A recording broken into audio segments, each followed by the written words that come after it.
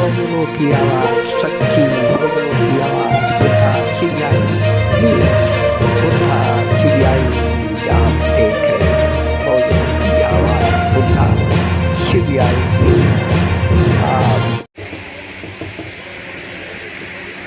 पूरी दुनिया को समता, स्वतंत्रता, बंधुता, न्याय, प्रज्ञा, शील, करुणा और मैत्री का मार्ग दिखाने वाले तथागत भगवान बुद्ध, संत गुरु रविदास जी, संत कबीरदास जी, गुरु नानक देव जी, ज्योतिबा फूले जी, सावित्रीबाई फूले जी, फातिमा शेख जी, शिवाजी महाराज, साहू जी महाराज, पेरियार रामास्वामी नायकर जी, नारायण गुरु जी, डॉक्टर बाबा साहेब अम्बेडकर जी, माता रमाबाई जी एवं मान्यवर कांशीराम साहब सहित समाज के सभी महापुरुषों के चरणों में कोटि कोटि नमन करते हुए मैं आप सभी साथियों को क्रांतिकारी जय भीम करता हूं, विनम्र नमो बुधाय करता हूं। आज अंबेडकर भवन पे पिछले लगभग 50-60 वर्षों की बात ही Delhi scheduled caste welfare association के माध्यम से हम लोग डॉक्टर बाबा साहब अम्बेडकर जी की जयंती मना रहे हैं। मैं आप सबको बाबा साहेब की 133वीं जयंती पर शुभकामनाएं देता हूं, मंगल कामनाएं देता हूं। लेकिन आज हम लोग को चिंतित होना चाहिए। यहाँ कोई राजनीतिक भाषण देने नहीं आया हूं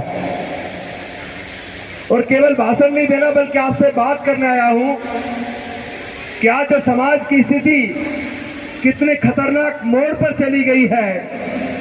हमारे सांसद और विधायक और मंत्री होते हुए भी जो अकेले डॉक्टर बाबा साहेब अम्बेडकर देकर गए थे, वो सारे अधिकार एक एक करके हमारे छीन गए हैं। और मेरे समझ में नहीं आता कि डॉक्टर बाबा साहेब अम्बेडकर जी ने हमारे लिए अपने 5 में से 4 बच्चों को क्यों खोया।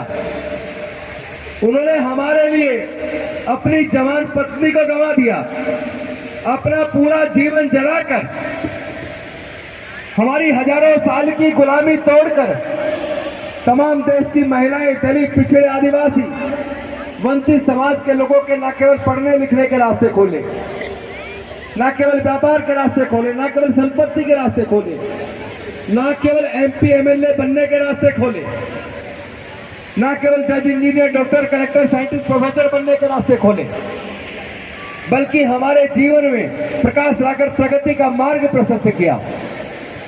दुख की बात यह है कि ये सब करते हुए उन्होंने अपने 5 में से 4 बच्चे और जवान पत्नी को खोया, पूरा जीवन चलाया, तब कहीं जाकर हमारे जीवन में प्रकाश लेकर आए। और सबसे बड़ी बात तो यह है कि ये सारा कार्य डॉक्टर बाबा साहेब अम्बेडकर जी ने अकेले चंद साथियों, चंद कार्यकर्ताओं के साथ किया। लेकिन आज पूरे देश में हमारे लाखों वकील, हजारों लाखों doctor, engineer, collector, scientist, professor, ये सब होने के बावजूद और ज्यादा कुछ पाना तो दूर की बात है, जो डॉक्टर बाबा साहेब अम्बेडकर हमें देकर गए थे, हम उसको भी बचा कर नहीं रख पाए। धीरे धीरे वो भी हमारे हाथ से छिन गया। और इससे ज्यादा शर्म की बात नहीं हो सकती। ये जो हमारे आपके जीवन में खुशहाली आई है, तरक्की हुई है, ये पढ़ने लिखने की वजह से हुई है, ये सरकारी नौकरियों की वजह से हुई है। लेकिन आज सरकारों ने षड्यंत्र करके शिक्षा को इतना ज्यादा महंगा कर दिया, इतना ज्यादा महंगा कर दिया कि अगर आपका बच्चा इंजीनियर बनना चाहता है, डॉक्टर बनना चाहता है, वकील बनना चाहता है, तो पहले तो उसको एंट्रेंस एग्जाम पास करने के लिए कोचिंग की जरूरत है। 3 से 4 लाख रुपए कोचिंग पे खर्च करना पड़ेगा। और कोचिंग करने के बाद अगर बच्चा क्वालिफाई कर जाता है, उसको एडमिशन ऑफर हो जाता है, तो ये 3 साल, 4 साल और 5 साल की जो डिग्रियां हैं, इन डिग्रियों को करने के लिए उसको 12 लाख से 15 लाख रुपया चाहिए। और अगर IIM करता है तो उसको कम से कम 50 लाख रुपया चाहिए 2 साल की MBA करने के लिए। मैं आप सब लोगों से पूछना चाहता हूं, और जिन बुजुर्गों के मार्गदर्शन में हमने अपना जीवन का संघर्ष किया, आपसे भी पूछना चाहता हूं, क्या हमारे 99% लोग ऐसे नहीं है जो अपने बच्चे की डिग्री पूरी कराने के लिए, सरकारी कॉलेज से डिग्री कराने के लिए भी 12 से 15-20 लाख रुपए जिनको चाहिए, क्या हमारे 99% लोग 15 से 20 लाख रुपया डिग्री कराने के लिए खर्च कर सकते हैं क्या? नहीं कर सकते ना। पहले तो रिजर्वेशन के माध्यम से एडमिशन हो जाते थे। स्कॉलरशिप से न केवल बच्चे डिग्री कर लेते थे, बल्कि अपने किताबें खरीदना, 2 जोड़ी कपड़े सिलवाना, सारे खर्चे स्कॉलरशिप से ही हो जाते थे। और आज स्कॉलरशिप सरकारों ने बंद कर दी, और ये इसलिए हुआ हम लोग बंधुआ मजदूर हो गए, हम लोग पार्टियों के गुलाम हो गए। कोई आदमी हमारे घर आके जय भीम कर ले, हम उसे घर में बिठा के चाय पानी पिलाएंगे, चाहे लुटेरा क्यों लूट के ले जाए। जय भीम करने से ये मान्यता हमारा है, और वो जय भीम करके हमारे घर में घुसता है और हमारे को लूट के चला जाता है। ये सबसे दुख की बात है। हमारे लोग वोट बैंक बन गए, हमें वोट बैंक नहीं बनना चाहिए। जो पार्टी, जो सरकारें डॉक्टर बाबा साहब अम्बेडकर के हिसाब से संविधान को लागू करे, जो सरकारें डॉक्टर बाबा साहब अम्बेडकर की विचारधारा को लागू करे, जो सरकारें हमारे बच्चों को सरकारी खर्चे पर पढ़ाने का संकल्प ले, जो सरकारें हमारे सारी खाली वैकेंसीज को भर के, और जो बेच दिया, जो संस्थान भारत सरकार ने बेच दिए, उनका दोबारा से राष्ट्रीयकरण करे। हमारी नौकरियों के रास्ते जो उन्होंने बंद किए हैं, उस रास्ते को खोलकर दोबारा से हमारा आगे बढ़ने का रास्ता बनाए। हमें ऐसी पार्टी का शकल नहीं देखनी चाहिए, हमें किसी नेता, किसी पार्टी की शकल देखने के बजाय उसकी नीतियां देखनी चाहिए। क्या उनकी नीतियों से हमारे समाज का भला होगा या नहीं होगा? जब तक हम ऐसा नहीं करेंगे, कोई बिजली पानी पर, कोई 10-20 किलो अनाज पर, छोटी छोटी चीजों में हम अपने इतने बहुमूल्य अधिकार को बेच रहे हैं।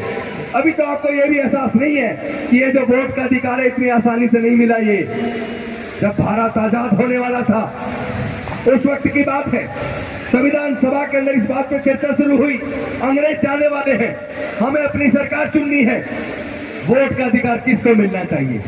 आपको पता है संविधान सभा के ज्यादातर सदस्य वोट का अधिकार केवल उनको देना चाहते थे जो इनकम टैक्स पे करते थे, या जो बड़े जमींदार थे, या जो ग्रेजुएट थे। लेकिन डॉक्टर बाबा साहब अम्बेडकर वहां मौजूद थे। उन्होंने सोचा इस मनुस्मृति के चलते हमारे लोगों के पढ़ने पर धार्मिक बंदिश थी, तो हमारे लोग ग्रेजुएट कहां से होते? इस मनुस्मृति के चलते हमारे लोगों के व्यापार करने पर धार्मिक बंदिश थी, तो हमारे लोग व्यापारी भी नहीं बन पाए, तो फिर इनकम टैक्स पे ही कहां से बनते? और इस मनुस्मृति के चलते हमारे लोगों को संपत्ति का अधिकार नहीं था, तो हमारे लोग जमींदार कहां से बनते? इसीलिए हमारे लोग खेत के जमीन के मालिक भी नहीं है। तो बाबा साहब ने सोचा इसका मतलब, चूंकि मनुस्मृति में तो किसी भी जाति धर्म की महिलाओं को भी पढ़ने का, व्यापार का, संपत्ति का हक नहीं था। इसका मतलब 95% लोगों को ये संविधान सभा के सदस्य वोट का अधिकार देना नहीं चाहते। लेकिन डॉक्टर बाबा साहब अम्बेडकर संविधान सभा के सामने अड़ गए और उन्होंने अपने बुद्धि विवेक से, अपनी काबिलियत से पूरी संविधान सभा को इस बात को मानने के लिए मजबूर किया कि भारत में रहने वाले सभी लोग, किसी भी जाति, किसी भी धर्म के हो, पढ़े लिखे हो या अनपढ़ हो, सबको वोट का अधिकार बराबर मिलेगा और सबके वोट की कीमत बराबर होगी। 1 मैन 1 वोट 1 वोट 1 वैल्यू। लेकिन हम लोगों ने गलती क्या की? हमने गलती ये की कि हमने शराब की बोतल में 1000-2000 रुपए में 5-10 किलो अनाज में अपने वोट को बेच दिया, और हम ये भूल गए कि जिन पूंजीपतियों के पैसे से वो हमारी वोट खरीदते हैं, उन्हीं के हाथों वो हमारे बच्चों के भविष्य को और पूरे देश को बेच देते हैं। इसलिए मैं कहना चाहता हूँ, लंबा भाषण नहीं दूंगा, सिर्फ निवेदन करना चाहता हूँ कि राजनीति होती रहेगी, पार्टी आती रहेंगी, जाती रहेंगी, सरकार बनेगी और बिगड़ेगी, लेकिन हमारा ये समाज इकट्ठा कब होगा? हम लोग अपने अधिकार की लड़ाई लड़ सकते हैं, लेकिन इसमें अगर कोई बाधा है तो वो जातिवाद जो हमारे खुद के अंदर है। हम लोग, कोई लिख रहा है द ग्रेट चमार, कोई लिख रहा है द ग्रेट वाल्मीकि, कोई कह रहा है द ग्रेट खट्टिक। अरे जब हम लोग ही जाति को मानते हैं, हम ही लोग जातियों में बटे हैं, और हम ही लोग कहते हैं कि हमारा उत्पीड़न जाति की वजह से होता है, अगर जाति उत्पीड़न का कारण है तो उस जाति को छोड़ देना चाहिए। डॉक्टर बाबा साहब अम्बेडकर हमें बुद्ध का धम्म देकर गए। डॉक्टर बाबा साहब अम्बेडकर हमें बुद्ध का धम्म देकर गए। वो बुद्ध का धम्म जिसमें समता, स्वतंत्रता, बंधुता, न्याय, प्रज्ञाशील, करुणा और मैत्री है, जिसके अंदर सबके लिए मंगल भाव है, सबके लिए मंगल कामना है, सबको साथ लेकर चलने की भावना है, जिसमें नफरत के लिए, अहंकार के लिए, गुस्से के लिए कोई स्थान नहीं है, इसमें सबका भलाई भला है। और आपको पता होना चाहिए, हमारे पूर्वजों ने हमें बता दिया, हमारे पूर्वज बौद्ध थे, हमारी संस्कृति पूरे दुनिया की सबसे महानतम संस्कृति है, फिर हम दूसरे की संस्कृति में क्यों पड़े हैं, फिर हम इन जातियों में क्यों पड़े हैं? हम अपने बुजुर्गों की सांस्कृतिक विरासत में, बुद्ध के धम्म में घर वापसी कब करेंगे? वो तो ये कहते थे मैं भारत बौद्ध में करी, मैं भारत को बौद्ध में करूंगा, और हमने भी संकल्प लिया है कि हम अपने पूरे समाज